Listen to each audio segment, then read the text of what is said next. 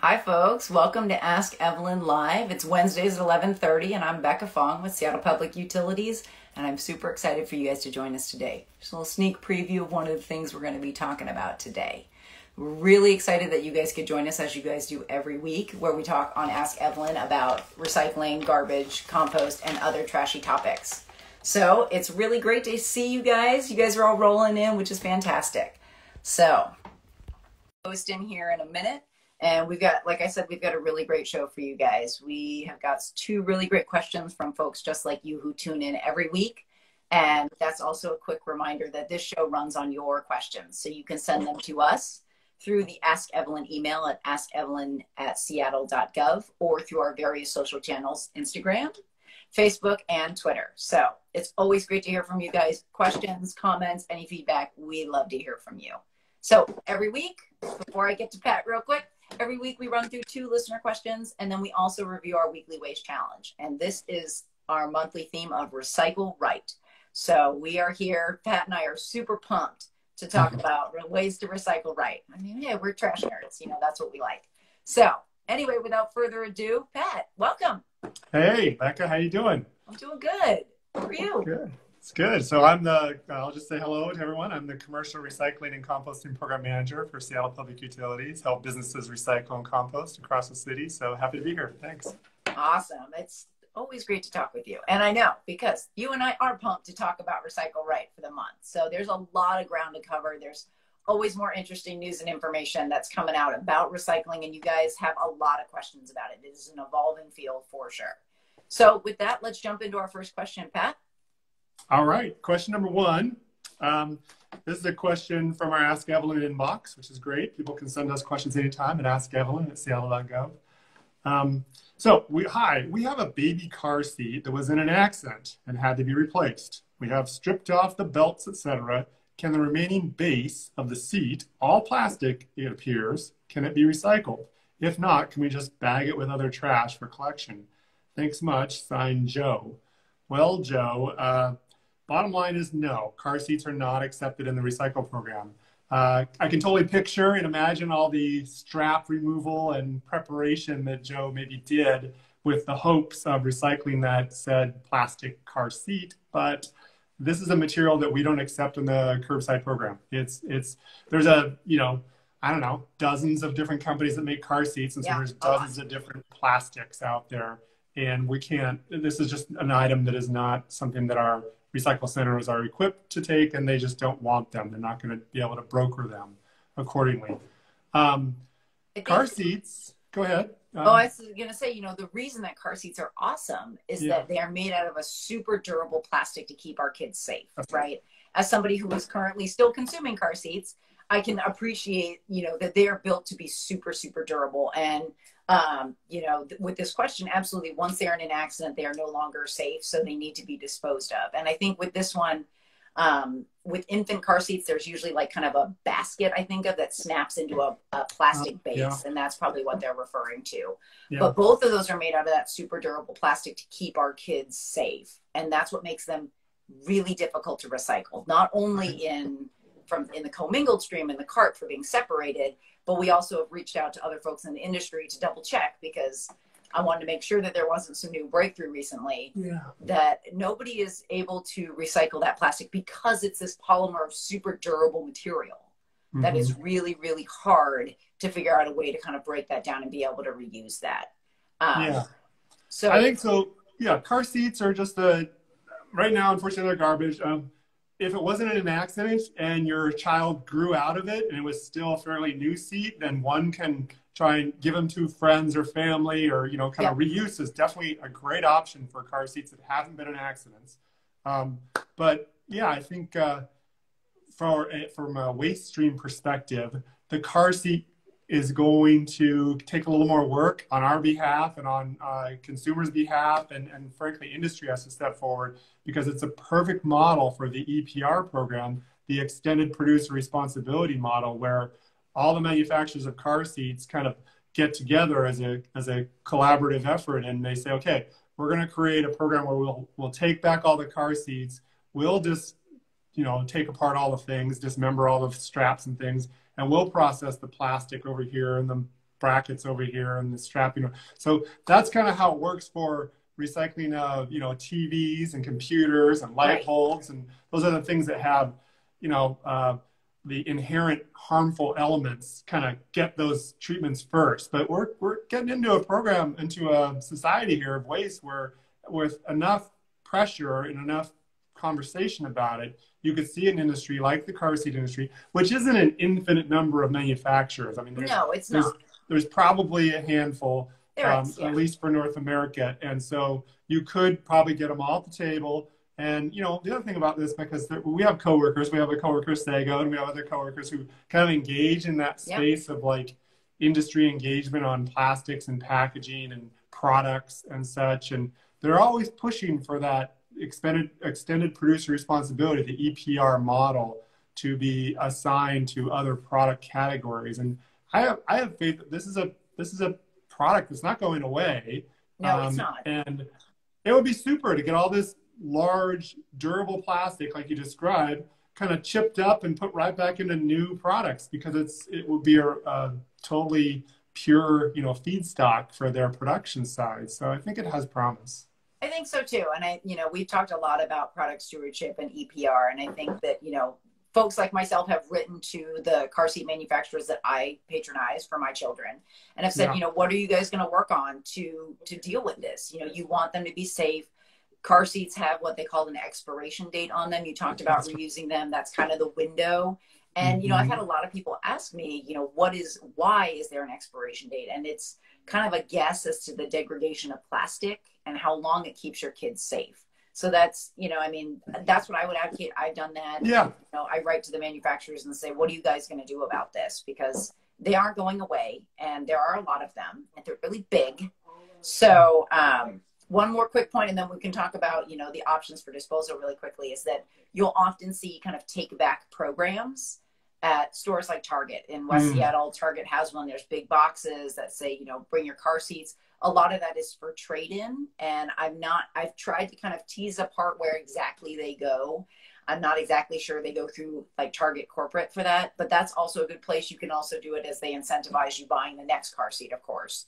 But I'm not sure. Also, I was just going to say, it's also a indication that, you know, the distributors and sales companies for car seats, they're not the manufacturers, but Target recognizes, hey, there's a role to play here. And, you know, we'll of course use it to try and get new car seat buyers into the store, of course, but because that's just business, that's how things work. But it has, you know, it's nice to see retailers like Target willing to give space within their operation, because every square foot is costly, and so to give space.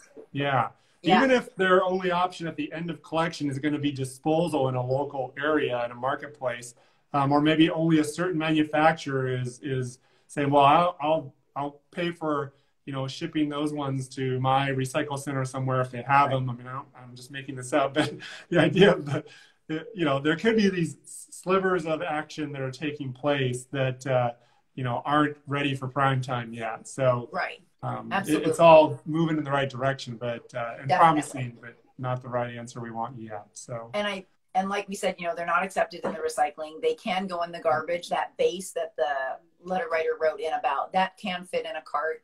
And that's the perfect place for them. If you have the really big car seats, my kids are at that size where they're in fairly large car seats. Those can be set out next to your cart as extra garbage if you're in a single family home, and it's $12.35 to set that out.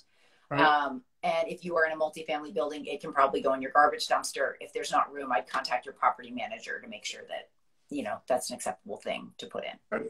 And when I talked about reuse, I was not talking about Goodwill. No thrift store wants car seats. They do not. Most of them they'll get will be expired or just not in good shape and have way too many, like, you know, like gummy bear stains on them and stuff like that. So man, the car seats are pretty gross. I mean, I have definitely gotten car seats that had plenty of life left in them, but I think any parent out there who knows that they're getting a car, has used a car seat, is looking for another car seat, they're pretty gross. But you know, the other good thing about the hard plastic, they're easy to clean. You take them all apart, wipe them all down, and then they're ready to go. So excellent. Absolutely. So yeah, thanks for that question. That's a really, really good one. And yeah, please advocate. You know, I think that they they need to have other folks meet them, and, you know, other companies need to hear from us and say, hey, you know, we want you guys to figure out a system of taking these back. So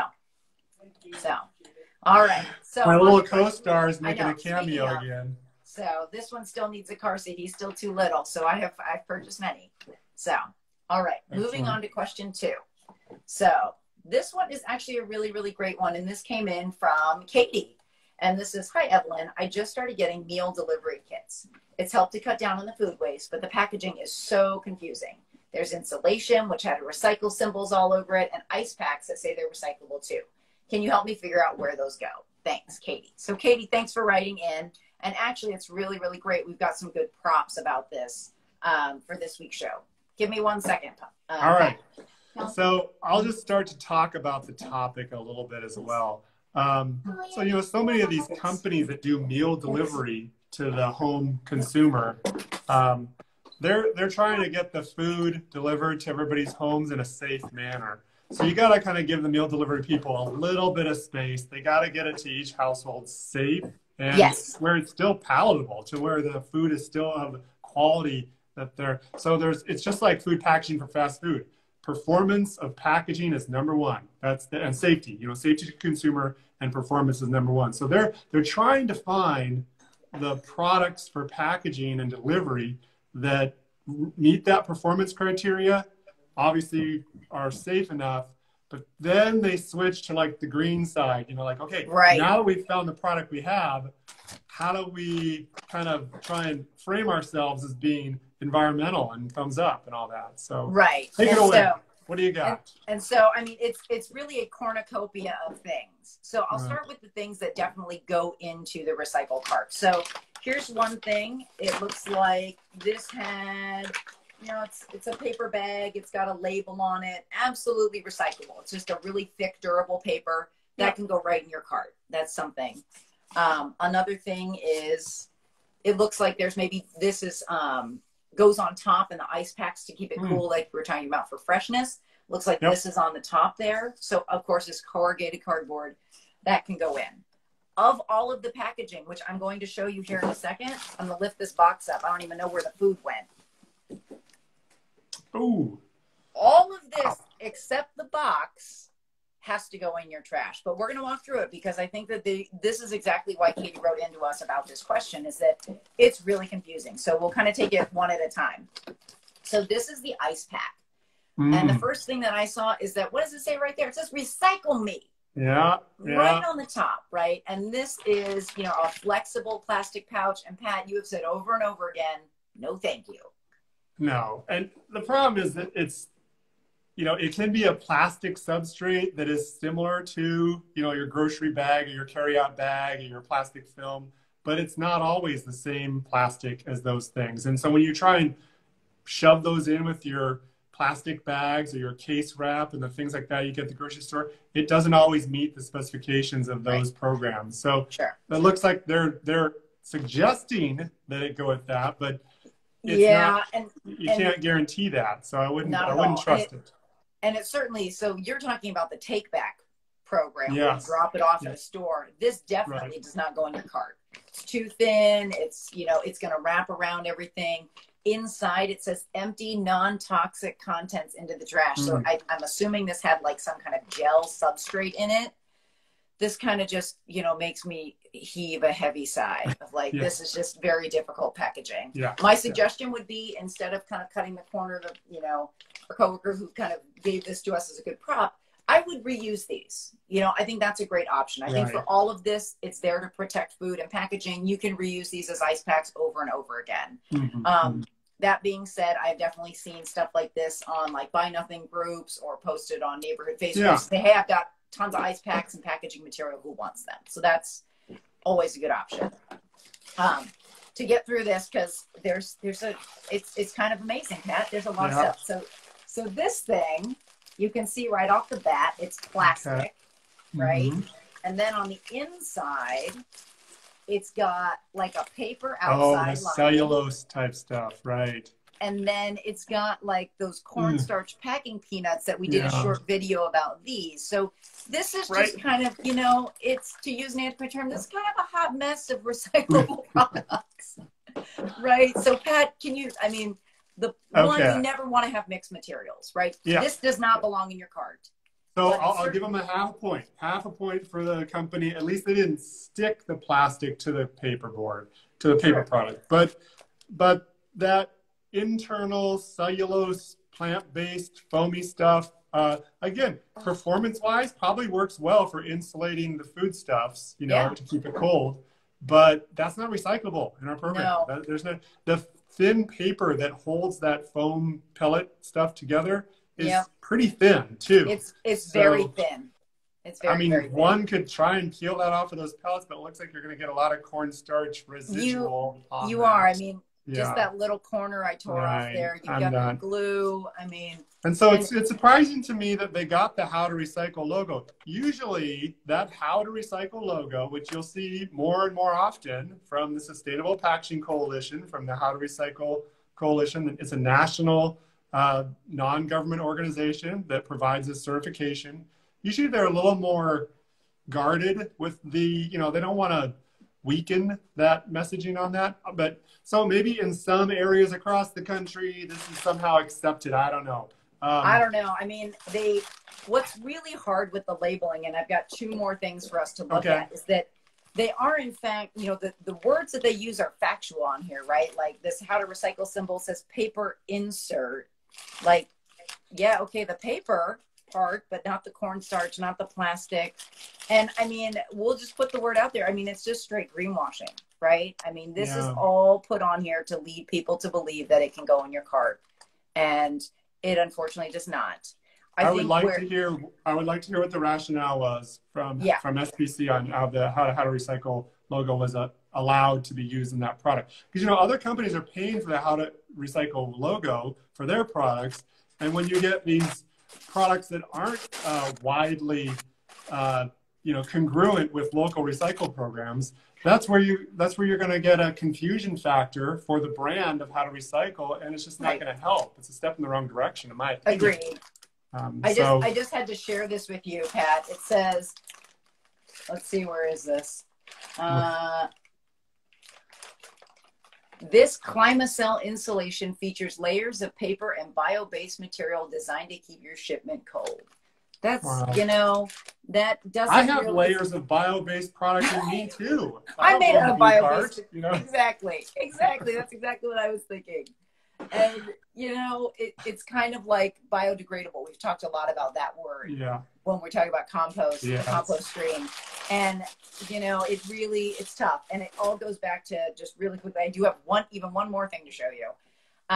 Recycle right. I mean, it just has to be focused on the top 5 things, you know, paper, cardboard, plastic jugs, tubs, containers, glass bottles and jars, and metal cans. Like, that's really what you need to focus on. Those items should be separate. When they're combined in mixed materials, they are impossible to separate. There are a few exceptions we've talked about on the show, but remembering those top 5 is really pretty crucial. So that's the big push. That's our theme this month, is recycle right. And, you know, folks, if you want to, you just refer to the Where Does It Go guide, not all these other things, but remember to look at your guide for the guide, for the information, because when these companies and corporations come forward with these markings and these suggestions of what's recyclable or compostable or bio-based or, you know, biodegradable, which is a term that really means nothing, we really want the compostables that are approved for composting to go in the compost bin, and only those top 5 categories and the, you know, the things that we talk about in the recycle program. So yeah, I think it's a time for us to just emphasize recycle right, stick to the basics, and NPR did a story last week, Becca, about, you know, the plastics industry and how the oil industry, which, you know, resin, it's all petroleum-based resins, plastics are. So, you know, there was a big kind of, I don't know if it was coordinated effort, but basically all the companies got together and they created the markings, the numbers, you know, 1 through 6 and then 7, and the little chasing arrow, the Mobius loop and all that. So you know, there was hope back then that this would be actually helpful. And in some markets and in some cities, those symbols, those recycle symbols with the numbers in there, they do go by those. We don't go by that. We go by, you know, right. bottles, tubs, and jugs and things like that. But so there's some benefit to that. But then when other companies kind of adopt those symbols and those markings, and they produce their products and their packaging, and then the consumer receives them, and it's not meeting our guidelines for recycling, it's not helping. You know, it's going backwards. And so there's a push to kind of encourage the plastics industry to take a little more responsibility and try and build harmony across the U.S., across North America, for what is truly recyclable, and only assign those symbols to those products. Sure. So I know, thanks for hanging with us, folks. I know this is an important question we actually get a lot. So thank you for sticking with us to walk through all this packaging. But I got one more on that tail end about numbers and the Mobius. It's called the Mobius Loop. This one, this product here, the Renew Liner, which we talked about in a previous show, it's got this kind of plastic film on it. It's got this whole system right here. And what this tells you is what the resin is, right? That it's made out of. These arrows tell you that it was made out of this. Unfortunately, we have come to associate this image with being recyclable in your cart, and it is not. And that is exactly why we don't recycle by the numbers here, because this indicates what it's made out of, not its end of life ability to be disposed. But you would love this one, Pat. I mean, we talked about it. We didn't have a physical prop last time, but it's this like batting spun material with this plastic. You can kind of hear it. It's like a crinkle. Yeah, didn't you make like a seat cushion out of that stuff before? I totally did. I totally made it out of something like this, and then those Amazon bubble envelopes. Right. You know, during one of our weekly waste challenges. But I mean, it is super confusing. I can absolutely understand why any of you out there would get this and think, I mean, look at that marking. Yeah, why? Not confusing at all. It's like, oh, great, I'll put in the blue card. No, please don't. Exactly. So I think, you know, it's interesting. That was a lot of different items. So what we went through in that sort was essentially the cardboard box, the paper bag, and this little insert are the only things that can go into your recycling, and everything else unfortunately needs to go in your garbage if you're ready to dispose of it.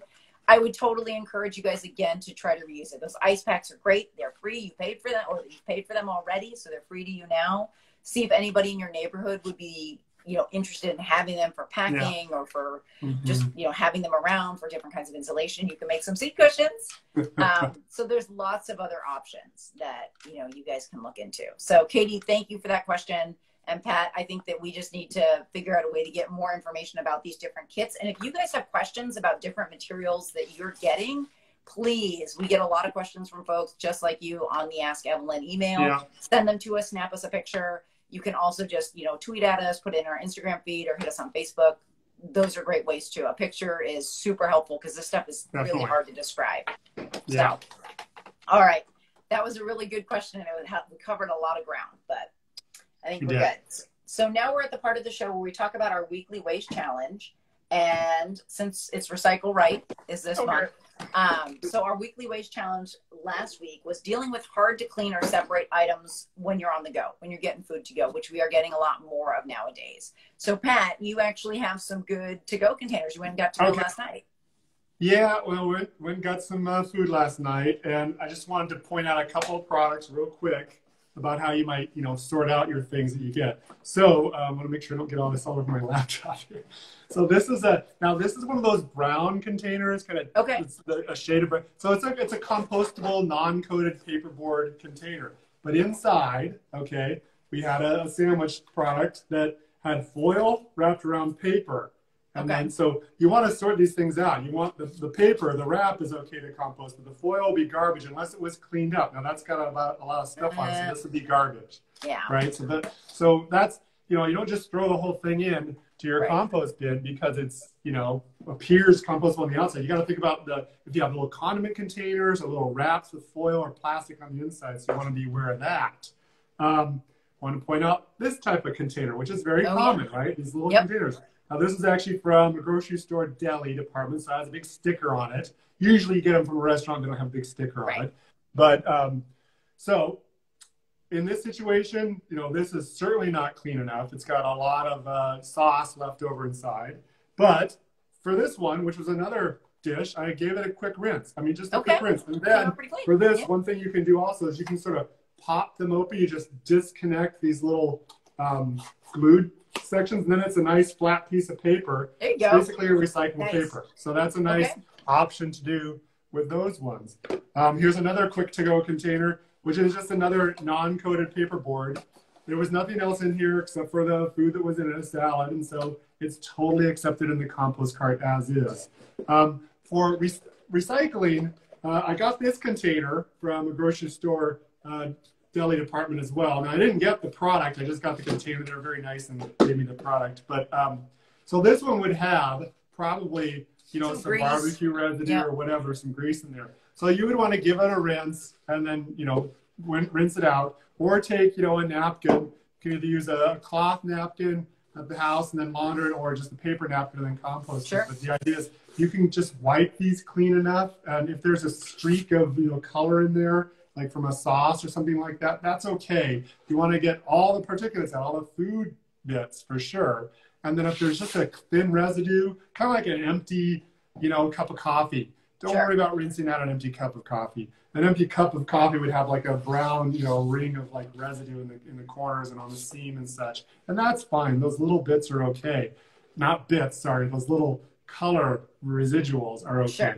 But any food waste you would want to get out of that. So those are just some of the things I happen to collect in my week of meal, you know, buying this week. So, did you have any products as well?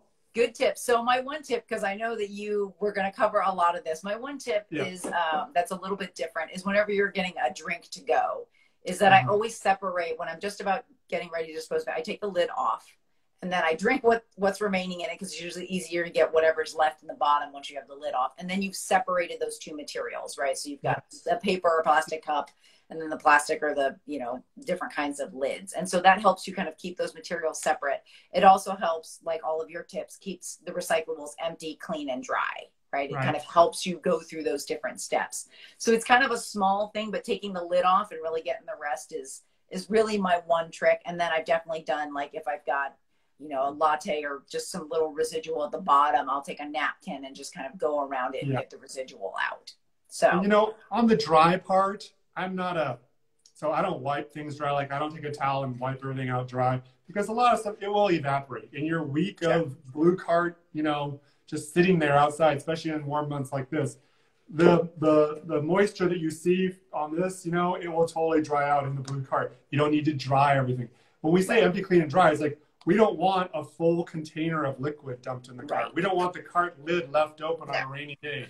We try and keep the products, the commodities, these paper boards and things like that, from being, you know, rain soaked or just food product soaked. So, you know, you don't have to have a drying rack next to your dish rack just for your recyclables. You can if you want. I mean, that's even better than, you know, what I'm talking about. But for me, even as a recycler, I don't like dry. You know, I don't worry about getting the inside of the ketchup bottle totally dry before I put it in the cart. I definitely turn it upside down and give it a good shake to try and get the majority of it out. Yeah.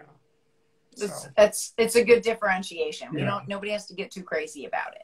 I think we ask a lot. We ask plenty of our recycling teams out there. So, you know, if you're going to be on board and recycle, you don't have to, you know, bend over backwards. You just have to meet us where the guidelines ask you to meet you, and we'll go from there. Totally. Empty, clean, dry. So in the theme of Recycle Right, our weekly waste challenge for next week, Pat and I are going to do a 2-day recycle cart audit. We did a garbage audit last month, the beginning of last month. And so this week, what we're going to do is collect all of our recyclables for the next 2 days. We'll bring you guys some pictures and sort it out. And we'll come to some different conclusions, some lessons learned, maybe things that we can use less of, things that we could swap out. But it's always really very interesting to see what actually goes into that cart when you see it kind of all amassed together. So I encourage any of you guys out there to join us with that challenge. It's really pretty fascinating to see all of the material laid out in front of you. So that'll be really exciting, and we'll definitely share those pictures next week when we finish our 2-day recycle audit. So I have 2 more little quick notes. One is that I wanted to plug our collection events. Unfortunately, due to terrible air quality, we did cancel our event because we wanted to make sure that everybody was safe. We wanted to make sure all of the customers, you guys out there who wanted to come to bring kind of beyond the cart items to us, we're going to be safe, and it just wasn't looking good for doing that. So we will be looking to reschedule that event. We also have 2 other events that are already scheduled for later this month on the 26th, and then October 3rd next month. So go to seattle.gov/utilities/beyond the cart for more information about that, for locations and other materials that we're going to be accepting. And the other thing I wanted to say is that Aging King County sent us a comment at the top of the show and wanted to know about protection for workers with kind of the air quality. And I know that a lot of folks are already wearing really good PPE out there, and we're just trying to limit the exposure, but collections are happening as normal. So, you know, I think everyone's just trying to do their best and stay safe. Yeah, I think so. So with that, that's another episode of Ask Evelyn. Thank you guys so much for joining us. It's really great to see you guys log on and see you guys come on in the feed. And those of you who watch us later on YouTube, Facebook, and IGTV, we love hearing from you guys as well. And with that, happy Wednesday. And thank you guys so much for tuning in. We love hearing from you. Please keep your comments and questions coming. So with that, I'm Becca Fong. And remember, life's simpler with less stuff. And I'm Pat Kaufman. Thanks for recycling right. See you later. All right. Take care. We'll see you guys next week. All right. See you. Bye.